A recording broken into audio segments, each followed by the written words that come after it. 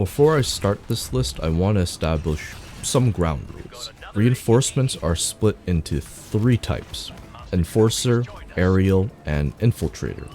And also, I'll be using these star cards for these 3 types of reinforcement, unless I specify otherwise. For the Enforcer, I use Enforcer training because when in a fight, you can't always run away to heal, which is why I don't run Survivalist.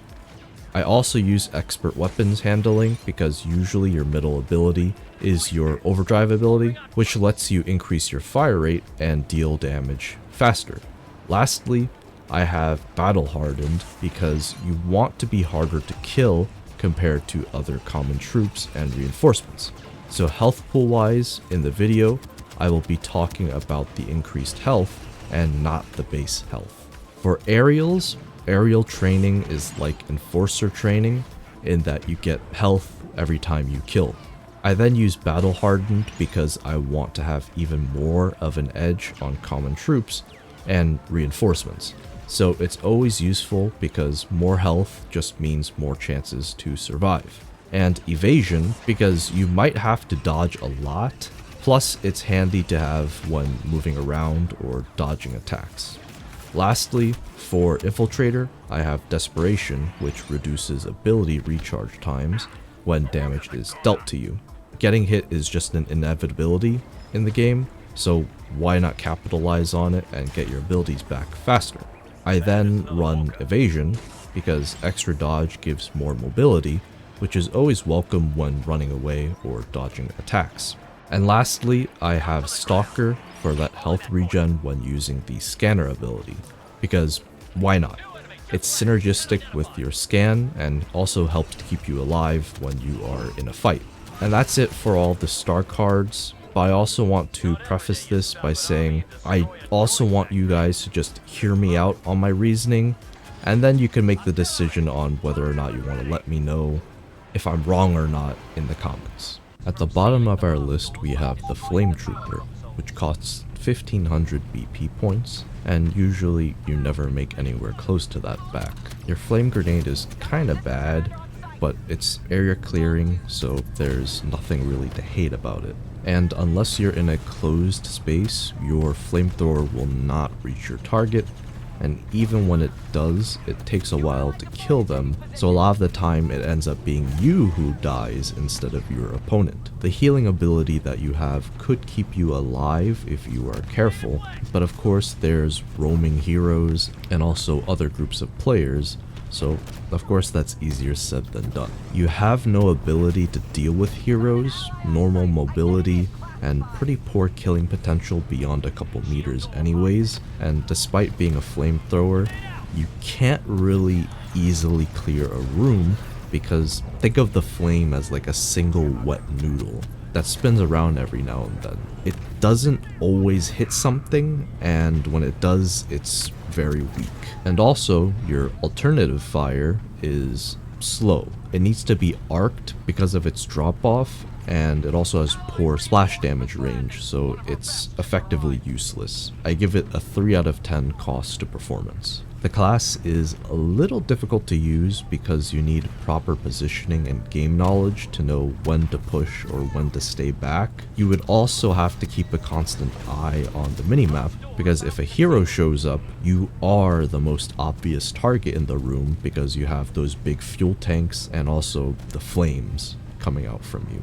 The healing ability is pretty simple to use because you should pop it when you're getting into a fight. You effectively have a larger health pool to work with. The general playstyle you will probably have to adopt is you should never be alone, because more often than not, you'll be put in a situation where it will turn into a I just have to be faster than my friend and not faster than the bear in order to survive something like a bad encounter with a group of players or an enemy hero. You're going to need your teammates to help pick up the slack because, like I mentioned before, you are going to be targeted more because you're physically larger than the other troopers, and you also can't reach a lot of the farther enemies, so you're going to need someone to help keep them off of you. And as mentioned before, your flames don't always hit the target because sometimes you could be right in front of the target with your flames literally visually licking the entirety of the opponent, and it would still not hit them. I would give ease of use a 4 out of 10. And for how good it is, I would rate it pretty low at 5 out of 10. Again, the way the flames work, sometimes it doesn't even hit the target when they're literally right inside the flames, and your secondary fire is pretty slow and useless because the range is terrible. Your grenade and your healing ability is really the only thing that's guaranteed to do anything. But aside from your healing and grenades, it's really just up to luck if everything else turns out to be okay. So total score, 12 out of 30. Next on the list is the Ewok Hunter, which is incredibly situational. Even in the right situation, being in enclosed spaces or busy places, the Ewok still struggles. It costs 1500, but it is hard to make it back because at best you're only annoying your enemies, so the amount of damage that gets done is usually very small. The chances that you make back that 1500 is very unlikely. The only scenario where you make the most of your investment back is in enclosed spaces, where most of the enemy team is forced in a small area, like for example Endor on Galactic Conquest on the final stage. In that room, you could throw your bug grenade and make a significant portion of your invested cost back because of all the bodies taking damage from the bugs. But those scenarios are pretty rare, since most of them only happen on the final stages of all the maps. Your bow range is also pretty limited, so it's not that easy doing damage even in an advantageous spot. Your bow is also pretty low damage, taking about 4 or 5 arrows to actually kill even a normal trooper, and the fire rate is also not very good anyways, making the bow not a great weapon even if it does have auto aim. It also cannot damage vehicles. ATSTs, if you run into one, you can't even melee it, you cannot use your bow against it, you have no way to deal damage to it. And also, I'm going to front load this cost-effective section because it's important to show how cost-ineffective the Ewok Hunter usually is. Ignoring the aforementioned scenario, aside from the bug bomb, your abilities don't really do much in team play or even for yourself for that matter. The X-ray is nice for picking out targets or deciding if you need to run away, so it has that going for it. And the damage resistance is also nice when getting into combat, but you should still avoid putting yourself in a situation where you would be targeted in the first place. But nonetheless, if you do need to run away or are forced into a head-on fight, then it's still better than nothing. You also have the benefit of being a really small target, so some people will struggle to hit something so tiny. Overall, for the cost, the Ewoks bring little to nothing to the table. 4 out of 10 cost effectiveness. For ease of use, it's a pretty simple kit. You toss your lantern bugs to deal damage to rooms of enemies. You use your horn to give yourself damage reduction, and you use your X-ray to see enemies and either run away or choose to maneuver around for a better route of attack. You also get a passive where if you crouch, your abilities cool down faster. So just choose a good spot and you can easily take advantage of the small lulls in between the fighting. Your melee is also pretty fast, but it's still a very weak attack. It's hard to get close enough to enemies sometimes, so it's hard to melee without actually dying. Basically, just stay out of sight as much as possible, and you could usually make some kind of impact. 8 out of 10 ease of use. For how good it is, it's not very good at all. You get higher health than a normal trooper, so theoretically you could defeat them, and you are also very small again, so less hits are landed on you, but your kit overall really only makes it so that you can see and maybe scare some inexperienced enemies from pushing and punish people when they do overextend. However, most experienced players know that Ewoks are very easy to deal with and don't deal much damage anyways, so once that facade is broken, it's game over. 3 out of 10 for how good it is. So the overall score for the Ewok Hunter is 15 out of 30. Next on our list is the Commando Droids. The Commando Droids are 2000 BP, making it one of the most expensive reinforcements that you can get. You have more mobility because you get more dodges as an Infiltrator type reinforcement when using the available star card. And your dodge is effectively a large sidestep, so you don't have to go through that long roll animation that other units typically go through. This, in turn, makes it harder for enemies to hit you, so you can kill them more easily, or stay alive longer by running away more effectively, which translates roughly to more chances to make BP. Your kit supports a more GTFO style with smoke grenades to obscure your outline/health to opponents, and your X-ray ability lets you see targets through walls, so you can decide to run away or if you want to fight, potentially preserving your life. The problem is that despite having this kit centered around survival and mobility, I think that usually 2000 BP is just too high to make an actual return on, so for this part I would have to take off points. And unlike the Clone Commando and ARC Trooper, there's not a whole lot of utility to say it's cost effective because of its utility. It really has no answer for heroes, except I think if you hit them in the back with your melee weapon, it could launch them and knock them down, which opens them up for damage, but doing that in itself is risky because heroes have a lot higher health, usually do a ton of more damage, and it's really hard to just approach and melee them. You also don't have an answer for dealing with crowds. None of your abilities can help you fight big groups. However, your kit is pretty effective against solo common troops and some reinforcements, but you really do have to run away from any heroes and, again, big groups. Cost effectiveness, 3 out of 10. For ease of use, I would say it's not hard to grasp, but could be a little boring. Your kit is not good at dealing with heroes, so you'll mostly be skirting around heroes and maybe pestering them a little and finding some easier targets to prey on. Your smokes make it very easy to escape, or something that you could use in combat. Like, for example, when you combine it with your scanner, you could shoot your opponents when they won't be able to see you. Your scanner makes it very easy to spot enemies, so again, you could decide whether you want to run away or to fight. It's pretty easy to stay alive and pick off easy targets, but like with the Droideka later on, it can be potentially boring, so I'm gonna take off a point for that. Ease of use, 7 out of 10. For how good it is, it feels pretty niche. If you play carefully, you can make good use of it by terrorizing common troops and reinforcements, and if you are with a group or a friendly hero, you can even jump in on hero fights, but of course that doesn't always happen. You also deal a lot of damage compared to common troops, or even some reinforcements, especially when landing headshots, so that's a plus as well.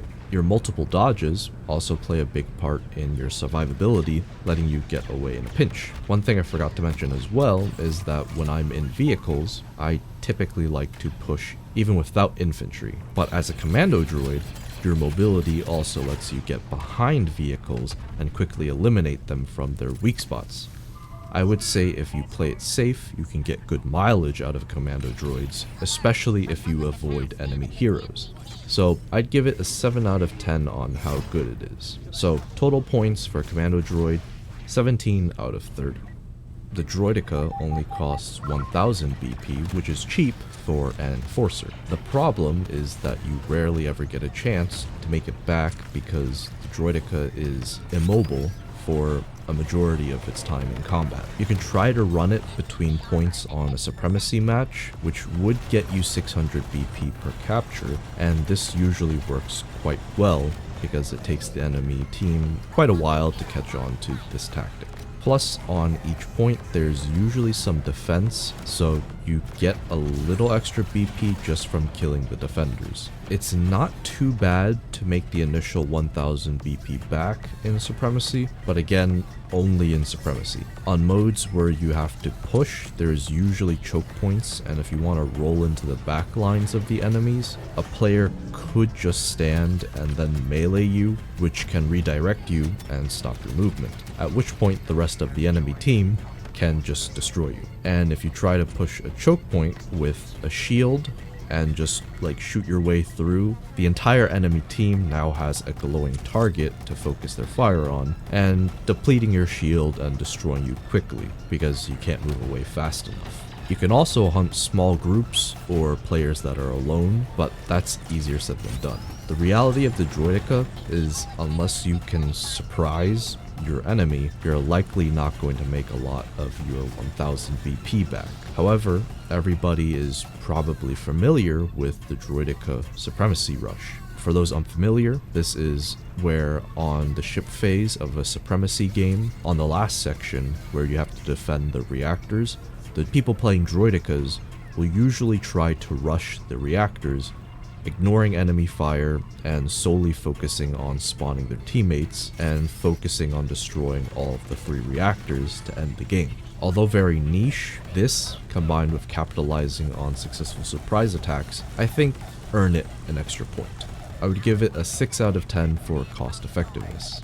For how easy it is to use, it's pretty simple in that you shield whenever you can, and if you don't have shields, you should stay hidden or run away. And also, if it's not on cooldown, you should use your overdrive for heavy and fast damage at close to medium distances. I should also mention that you are pretty inaccurate, especially in the overdrive mode, so avoid long range fights whenever possible. If you're not already comfortable with it, the more reserved playstyle will take a while to get used to. But this playstyle can also be a deal breaker because for some people, it's simply not fun. So for these 2 reasons, I'll dock a point. It's pretty simple to get the hang of, but playstyle wise, not so much. 9 out of 10 for ease of use. For how good it is, it's pretty hard to say. The main reason anyone uses it is for rushing objectives or because it's cool, but otherwise, still not very good. Usually you'll get outnumbered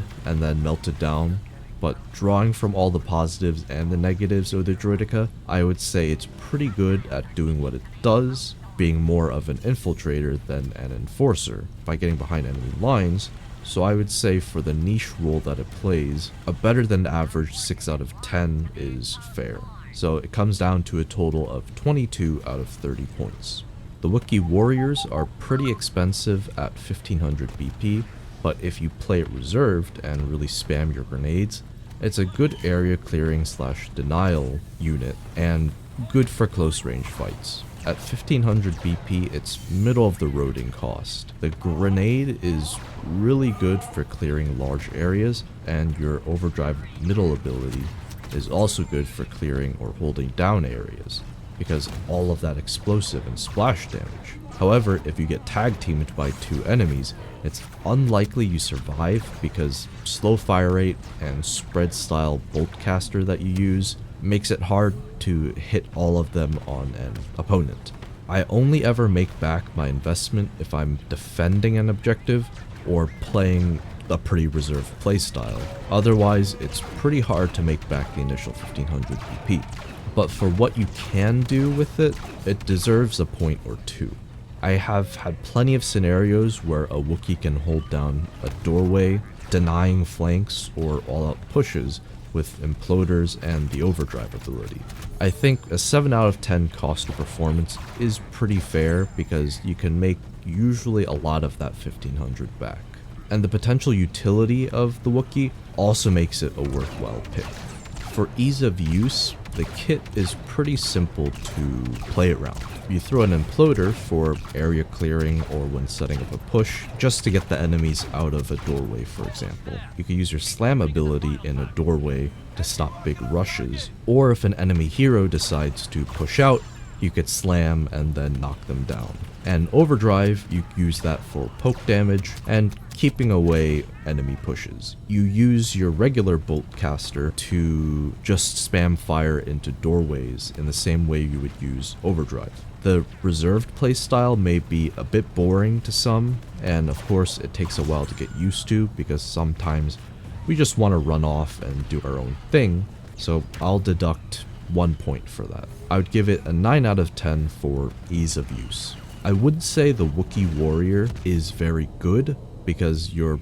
regular bolt caster fire mode has 3 bolts that fan out, making most hits at range do very little damage, but usually any damage is enough to scare people from pushing anyways. They also explode, so it's pretty intimidating. Wookie Warriors really heavily rely on allies to pick up the slack, because if you need to be close to use the bolt caster effectively and your slam is the only utility to deal with heroes, or punish heroes I should say, unless perfectly timed, it's very easy to waste it because they could be in the middle of an animation or maybe even block it and they would not get affected by the slam. At least when in a team, you can use your overdrive / regular bolt caster to break through their blocking and still deal damage to them. But that usually makes you a pretty big target because now you're the only one who could do damage to them. It is also very easily outclassed by even regular troopers like fast fire rate assault troops, which can melt Wookiees very easily because your fire rate is again really slow. Also, if you're not accurate and miss a lot of your shots, the Wookiee is even harder to use because the more you miss and the more chances it gives your opponent to kill you. I would give it a 6 out of 10 on the good factor. It's a decent unit a majority of the time, but more often than not, it's just not very good. So an overall 22 out of 30. Next up is the ISB Agent. The ISB Agent is overall pretty decent for what it's worth. 1500 BP for an X-ray ability, speed boost, and team heals. If played carefully, you can easily stay alive whilst also being a strong healer for your team. 7 out of 10 cost effectiveness. The ISB Agent is not too hard to use because you get X-ray vision and heals. Also, you get a movement boost, so maneuvering and staying alive is also much easier. The only problem is the regular blaster is a little inaccurate, so you may need to get closer to actually use it. Plus, you cannot aim, so that's a little bit of a negative for me. Ease of use is 8 out of 10. Lastly, for how good it is, you get an alt fire that deals a lot of damage and can typically two-shot most common troopers. And like I stated before, your kit lets you stay alive longer. X-ray lets you see people to either attack or run away, and the speed boost lets you run away faster or just move around the map. I wouldn't use it to melee, even though it's intended for that use, because it's pretty bad. You don't really do enough damage anyways. You don't attack fast enough. A lot of situations you'll just get shot and die. For how good it is, I would put it at a 9 out of 10. Overall score, 24 out of 30. We have the B2 rocket droid.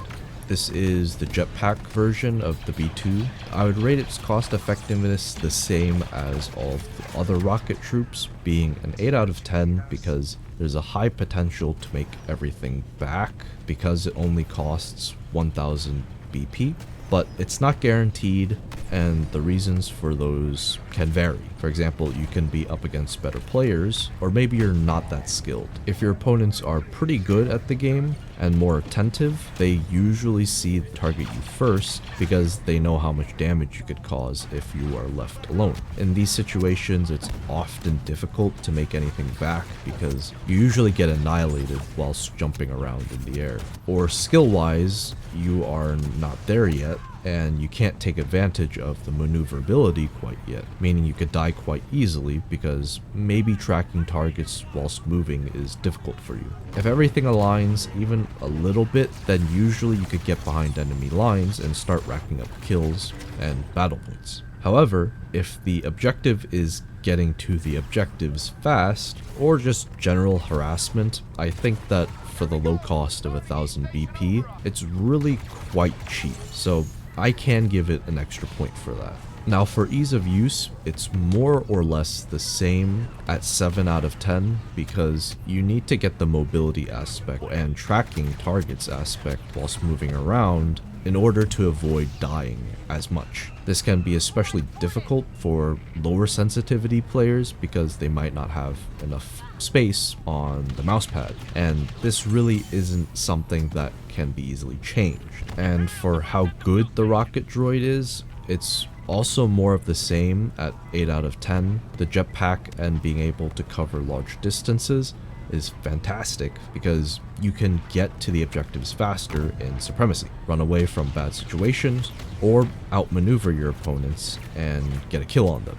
This is one of the best assets that you have as not just this trooper, but any of the rocket troopers. Your blaster also does more damage than most normal troops, especially with headshots, so always do your best to hit those heads. Your rocket also has a larger splash range than the B2 and more damage as well, so it can hurt heroes and clear small areas and choke points too. In some cases, if the enemy hero is not that good, you can also use the jetpack to maneuver around them so they can't reach you. And whilst doing that, you could either hurt them badly or just outright kill them. The biggest factor of why I'm taking off points is the skill required for playing effectively. If you can't master the jetpack combat, then you're basically throwing away 1000 BP because what you're effectively left with is a normal heavy trooper with none of the capabilities. Total score, 24 out of 30. And just to save you a little bit of time, basically I treat all of the rocket troopers except the first order rocket troopers the same. So if you want my opinion on that, just refer back to this B2 rocket droid. Next up, what we have is the Clone Commandos, and these commandos are pretty expensive at 2000 BP. So like with the other 2000 BP reinforcements, it's unlikely you could pay it back in full. I typically make back around half or so about 1000 BP, which is not great but also not the worst. The Clone Commando is good utility-wise because you can basically have an answer for everything, meaning vehicles, heroes, and common troops. Your grenade launcher can clear groups, hurt heroes even when they're blocking, and also destroy vehicles. It can even one-shot vehicles if you hit them in the weak spot. And your blaster is a reloading blaster, so that means no blaster cooldown minigames, and it's also a pretty fast fire rate, which gives you an edge over other troops and reinforcements. For what it's worth, 2000 BP is a steep cost, but what you can do with it is pretty good. So I'd give it a 7 out of 10 on cost effectiveness. Ease of use is going to be an 8 out of 10 because I think there's a little more nuance to the commando kit. You can heal whilst dealing damage and reduce damage with your middle ability. As long as you can avoid fighting heroes alone, you'll have a good time. Your push ability is also pretty hard to use because of its short range, and it also requires a lot of predicting to be able to use it effectively. Your grenade launcher could also be a good area clearing tool, but this is the first part that requires a little more nuance, because it could put you in a bind if, for example, somebody rushes you.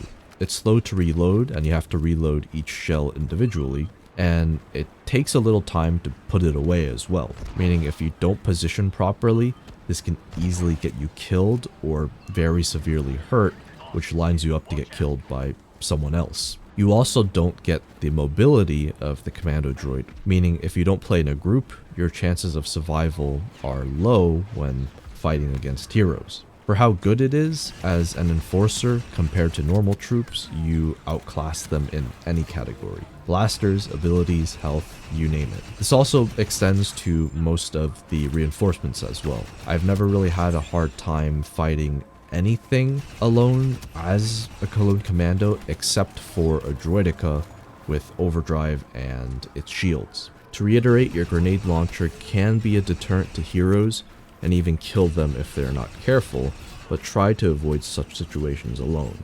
Again, you could also effectively use it against vehicles, usually nearly one-shotting in the weak spots or even one-shotting them. Your reloadable blaster also makes it very easy to kill squishier opponents like common troops and other reinforcements.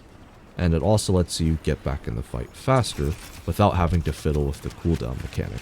For how good it is, I would rate it a 9 out of 10. The single point takeoff is because although it can deal with heroes using the grenade launcher and even the push ability, it still needs to be a part of a team to have a good chance at surviving that encounter.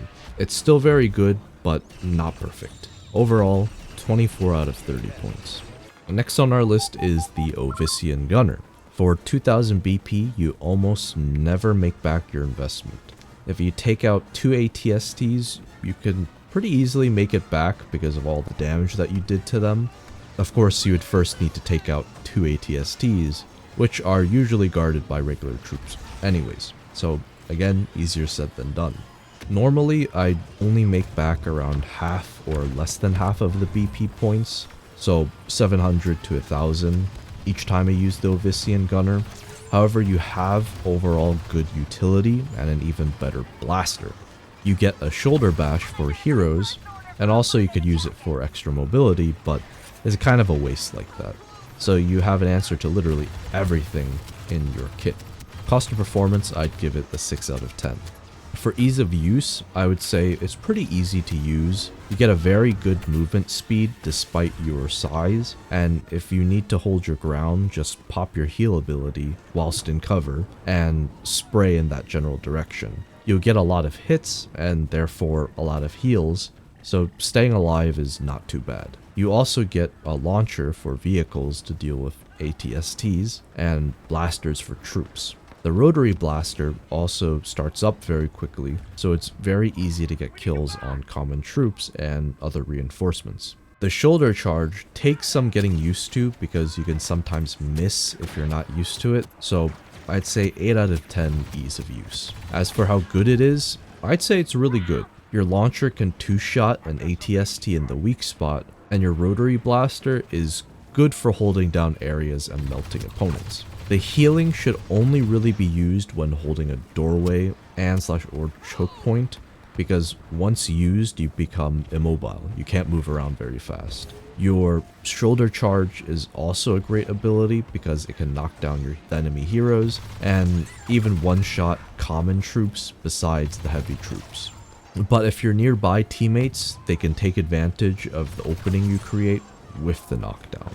Overall, I would rate the Ovissian Gunner a 10 out of 10 for how good it is. So total points, 24 out of 30.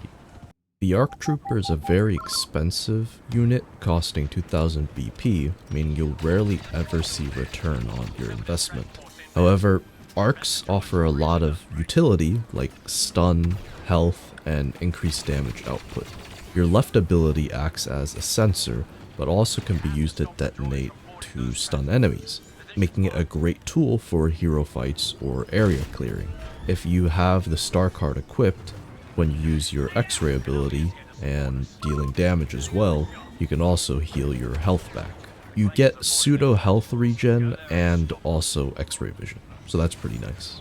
Lastly, your right ability lets you swap to a slightly less accurate but faster fire rate mode, so if you need to burst down an enemy at close range, you can, and if you do need to fight long range, you could also do that. So cost of performance, I think, deserves a 7 out of 10.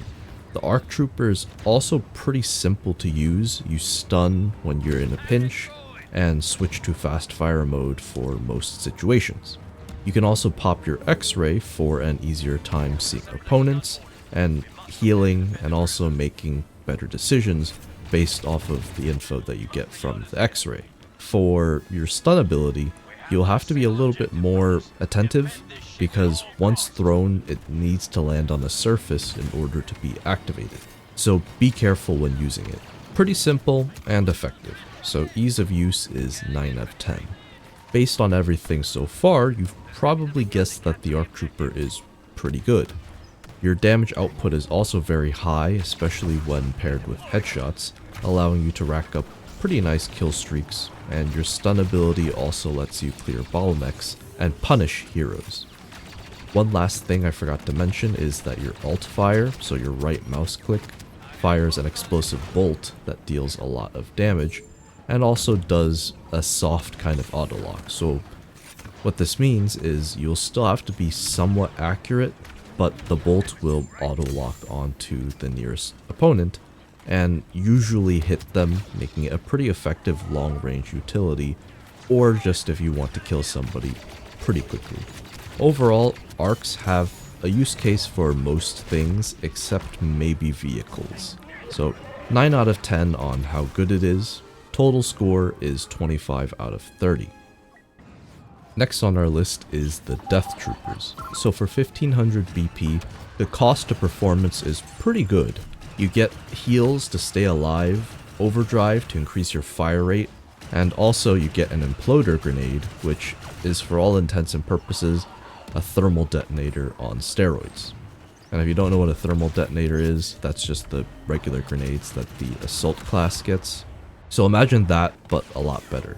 You can pretty easily make back most, if not all of your invested cost by taking down common troops and other reinforcements, making it pretty cost effective as an investment.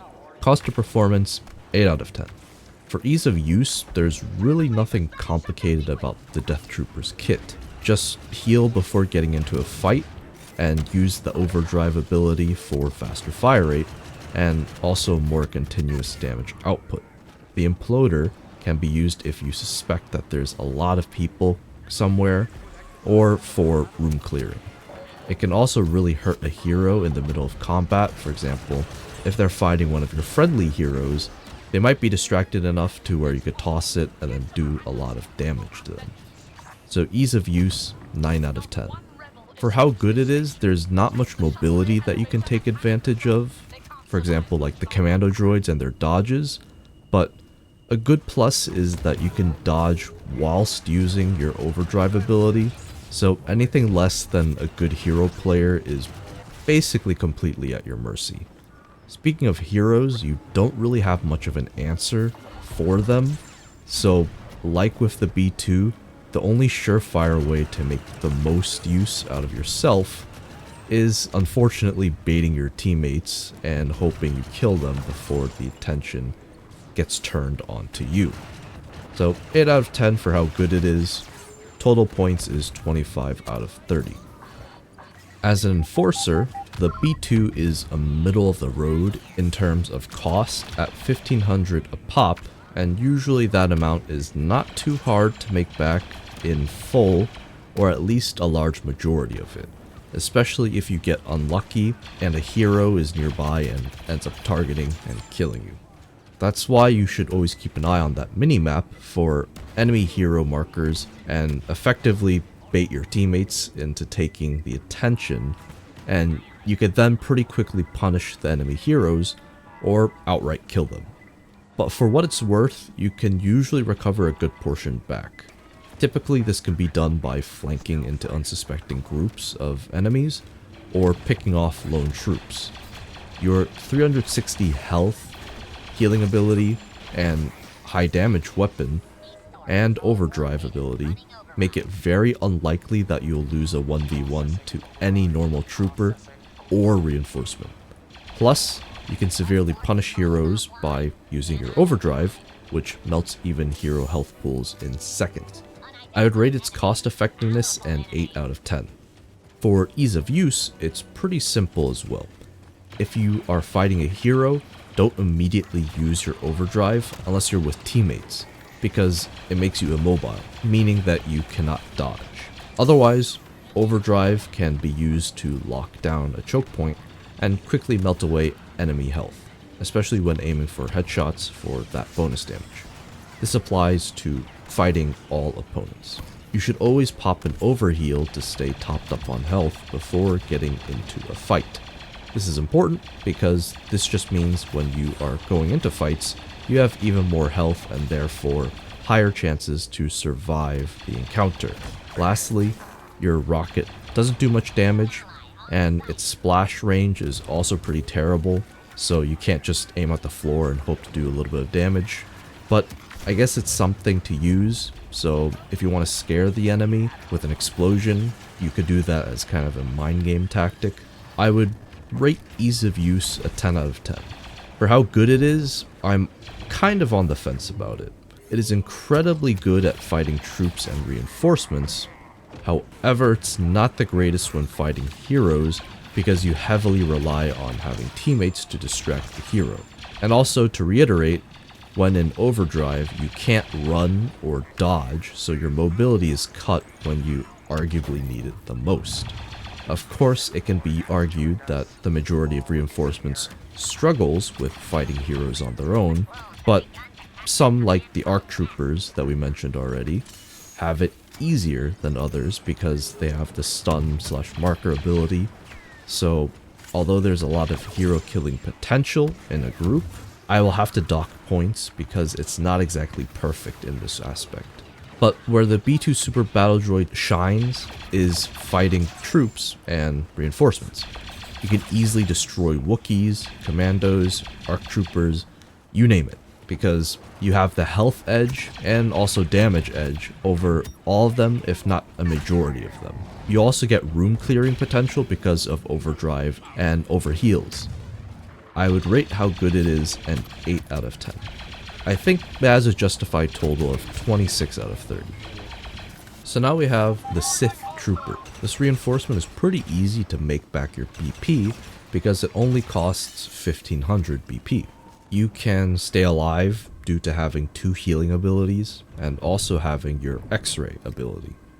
Your fast fire rate weapon also easily outclasses a huge majority of other reinforcements, and even heroes if they are caught off guard. It's not recommended to rush into unknown situations because you are bright red and stick out a lot, so as long as you can follow that principle of being a little bit cautious, you can either make back a lot of your BP or you can make back all of it. I'd rate its cost effectiveness 8 out of 10. For ease of use, it's not hard to grasp or use. Your healing grenade is useful for keeping people away, and it heals you when damaging enemies. Your other healing ability also lets you heal as you damage people, so you can out-heal your enemies, and your X-ray is basically wall hacks, so it's pretty straightforward. When you're about to get into a fight, pop your X-ray ability and just go crazy, and aim for those headshots. You can't aim because it's replaced by an explosive alt fire, so you are a little bit inaccurate, but it's not too bad, so I'll just dock a single point because it would be a lot easier to get kills if you could actually aim. Ease of use is a 9 out of 10. As for how good it is, I would say it's also a 9 out of 10. It doesn't really have anything for heroes aside from that fast fire rate blaster to melt them with headshots, but in such a situation, it's not perfect because they need to be caught off guard or be busy dealing with somebody else. You can also use the alt fire, which sends an explosive bolt so that you could bypass their lightsaber blocks or be used against normal troops to deal a lot of damage in one shot. Otherwise, they can pretty easily deal with any scenario. For example, are the enemies not paying attention? Sneak up and melt them to the head. Enemy team piling up in a choke point? You could toss a grenade. Team ready to push? Pop your heals, throw a grenade, and make the first move. The Sith Trooper's kit is really fantastic because even for things it cannot deal with completely, there's still a chance it can work, which is more than what can be said for a lot of other reinforcements. So total points, 26 out of 30. Next up we have the First Order Jet Trooper. The First Order Jet Trooper is one of the more expensive of the aerial units at 2000 BP, which to put into perspective is double the cost of the other aerial troops, so your rocket jumpers and rocket troopers. But it does offer a slightly varied tool set compared to the others. You can hover with your jetpack, so you are still a hard target to hit, but now it requires you to be accurate also whilst flying. And also people tend not to look up, so you can usually get the drop on a lot of people. You also have the charge ability, which can knock down opponents, so it's very useful for tag teaming hero fights, or maybe just taking down a particularly tough reinforcement or regular trooper. Lastly, you also get a low range grenade launcher, which is great for damaging large groups of enemies, for example, if they're holding an objective. Now, is this all worth 2000 BP? I do not really think so. You can still easily be shot out of the sky or killed on the ground. The only difference is that now fighting heroes might be a little easier with the dash ability. But to me, that's not worth the doubling of the price. And also, now it's harder to make back all of that BP because the goalpost has been moved from 1000 to 2000, which usually I do not make back. At best, I usually make back about 80% of that, but on a good run, I can make everything and more back. I say for being a harder target to hit an extra hero combat ability, if it wasn't so expensive, it would actually be the perfect unit. I think it's fair to give it an 8 out of 10 cost effectiveness. For how easy it is to use, like the other rocket troops, you have to be able to track targets, otherwise it's going to be a struggle to get kills whilst in the air. Also, when fighting enemy heroes, if they block your charge or anything funky happens, you are now open to a counterattack and you could die right there. So be careful. Ease of use, 8 out of 10. For how good it is, I'd say it's pretty good. People hardly ever look up, and even if they do look, because you're moving up and down and around in the air, you're not an easy target to hit. But that goes both ways, because if you cannot hit them, then it's pretty useless in the end. I really like the launcher and the charge ability because now you can fight heroes more reliably and also clear areas of enemy troops. For how good it is, I'd say it's pretty fair to give it a 10 out of 10. And you may have noticed that I didn't mention anything about vehicles because resistance vehicles are usually pretty minor nuisances at best, so I've given the First Order Jet Trooper a mulligan for that. So total points, 26 out of 30. And for our final unit, it's going to be the Caphex Spy. Now, full transparency, I admit that there's a lot of bias towards this reinforcement because I just really like how it plays and the potential for this unit. But first, let's start off with cost of performance. The Caphex Spy costs 1500 BP, and it's not the cheapest, but I usually make that back pretty easily. The only reason is because the blaster, which can kill common troops in like 2 to 3 headshots. Also, your middle ability, which lets you fire faster, is really great because you can get the damage of your normal, slower fire rate blaster, so the damage potential is really good. You also have an area scan ability, which also acts as an area denial, because if you trigger that ability again, it rains down artillery, making it hard for opponents to capture points, whilst also making you get more BP when the enemies get injured or die. You don't have a solid way to deal with heroes, but because of your damage potential, it still makes you very dangerous to them. A lot of the times, I just stay in the sidelines, letting my team take all of the attention, where I could then quickly dispatch of enemies, making back all of my BP, and even making a profit. I hardly ever use the baton ability because melee is basically a death sentence. Of course, it's not perfect, you don't have better mobility, so if you get caught in a bad spot, it's basically game over, like for all of the other reinforcements. Cost effectiveness, 9 out of 10. As for ease of use, it's a very simple kit to use. When running into a fight, throw the scanner to find your enemies and you could pick them off. If you're trying to push people off an objective, you can just toss the scanner onto it and re-trigger it for an artillery barrage. And if you are going to fight another reinforcement or hero, you should use the middle mouse ability so that you could fire faster. You should also be aware that if you do use that middle mouse ability, your mouse sensitivity is a lot lower. It will limit your mobility and narrow your field of view, so if you get hit from behind, you'll have to re-trigger the ability to get out of it, and usually by that time, you might already be dead. Make sure to be careful. Ease of use is 9 out of 10. As for how good it is, I really do think it's one of the better reinforcements. You have the range and the ability to melt targets with your middle ability. The scanner and artillery is really like having two useful abilities in one, letting you see targets and deny objectives even when destroying those pesky deployable shields. I wouldn't say it's perfect, but out of all the reinforcements, I make back my initial investment the most with this one, and can always perch up out of sight and pile up on those kills, or even flank and get a lot of kills. If it had a dedicated method to fight heroes, it would really be, in my opinion, the perfect unit. I give how good it is a 9 out of 10. So total score is 27 out of 30. So those were my rankings for the reinforcements in Star Wars Battlefront II. And I know for sure that a lot of people aren't going to agree with them, especially the ranking for the Caphex Spy, so I'm curious on what everybody else thinks of the placement for Caphex Spy. Do you think it deserves a lower spot, or do you agree with me that it's actually pretty good? There'll probably be another video on the ranking for the heroes and villains, so depending on how the reception goes for this one, I might have to speed up that process. But other than that, hope you guys enjoyed, and thanks for watching. Take care.